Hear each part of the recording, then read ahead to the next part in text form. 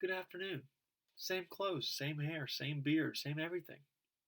Same day, but welcome to Morning Gospel Fuel with Mr. G. This time it is Tuesday, December 29th, the feast of St. Thomas Becket, and he is also known as St. Thomas of Canterbury, and he is the patron saint of the city of London.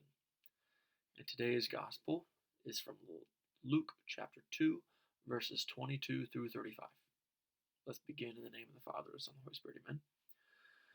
When the days were completed for their purification according to the law of Moses, they took him up to Jerusalem to present him to the Lord, just as it is written in the law of the Lord.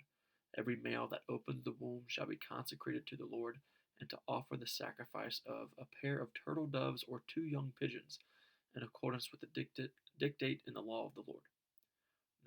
Now there was a man in Jerusalem whose name was Simeon. This man was righteous and devout, awaiting the consolation of Israel, and the Holy Spirit was upon him. It had been revealed to him by the Holy Spirit that he would not see death before he had seen the Messiah of the Lord.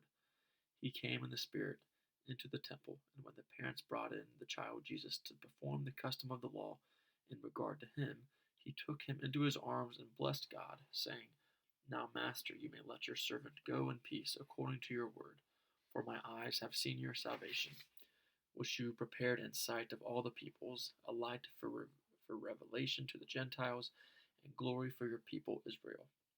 The child's father and mother were amazed at what was said about him, and Simeon blessed them, and said to Mary his mother, Behold, this child is destined for the fall and rise of many in Israel, and to be a sign that will be contradicted, and you yourself a sword will pierce, so that the thoughts of many hearts may be revealed.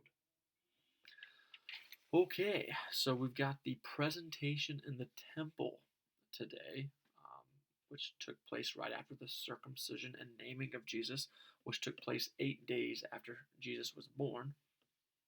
But the presentation of the temple, as Joseph and Mary brings him up to Jerusalem, him as in Jesus, to present him to the Lord, to bring the faith to Jesus. So they knew right away that after the circumcision, which fulfilled the Old Testament, they so 8 days they were going to live a life and bring Jesus up in the faith. So that is just demonstrating what priority Joseph and Mary had for Jesus. Because keep in mind, Jesus was human, and so he had to have parents who grew him up in the faith, just like me and you. So it doesn't just happen. He doesn't just gain his wisdom and his faith and pious acts and everything on his own. He's raised just like us to make us more relatable to Jesus. That's why God gave us Jesus, to come to here as man. So I think that's really, there's a lot, again, I could dive into here. But let's just focus on the fact that the faith is presented to Jesus in the presentation of the temple through his parents. So for all of us, whether you're parents or not, the challenge is going to be to be more aware and cautious of how you present the faith to your children, or your coworkers, or your family members, or anybody that's around you, because your actions oftentimes, as we all know, spread the faith more than any other words possibly can. So have a great day. God bless.